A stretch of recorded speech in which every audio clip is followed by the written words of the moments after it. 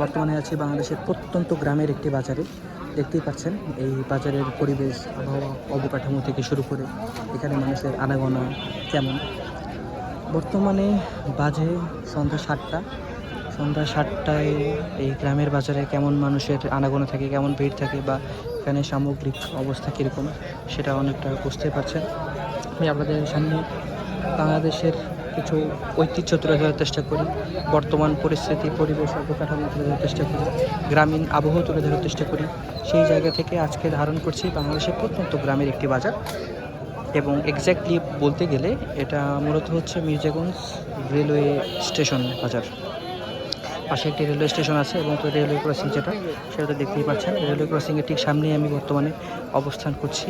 এটাই এই বাজারের সেন্ট্রাল পয়েন্ট। যদিও এর দুই ধারে বেশ কিছু দোকানপাট রয়েছে, তবে সেন্টারে এটাই অবস্থান করে।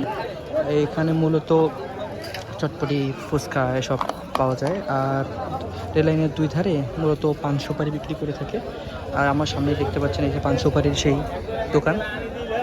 আবার রেল লাইনের ওইখানে কিছু কাপড়ের দোকান আছে।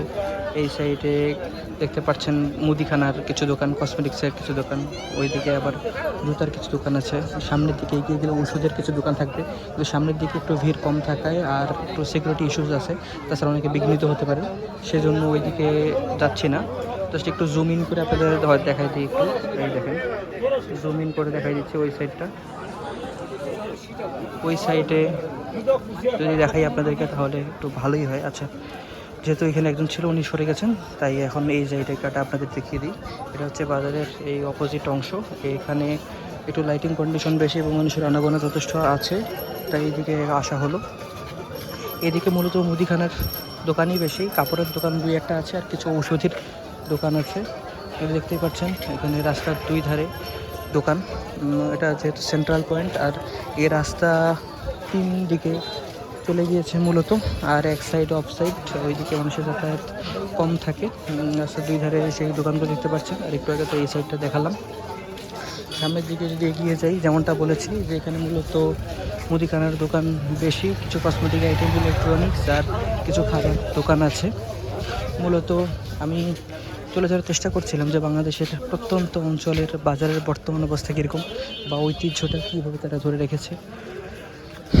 বাজারটা দৈর্ঘ্যপ্রস্থে খুব একটা বড় না হলেও এখানে মানুষের সমাগম যথেষ্ট পরিমাণে আছে। এখন যদিও 7টা বাজে, 7:30, 8টা বা রাত একটু বাড়লে হয়তো বা মানুষের ভিড় কিছুটা বাড়তে পারে। আমি যদি সে সম্পর্কে অবগত না, কারণ এই সময়গুলোতে আমার আসা হয় না, আর আমি আসি না বললেই চলে।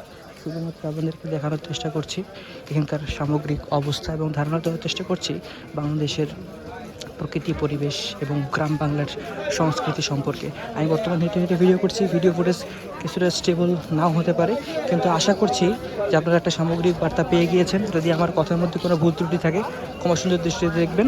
সবাই ভালো থাকবেন। আসসালামু আলাইকুম। আবার দেখা হবে ইনশাআল্লাহ।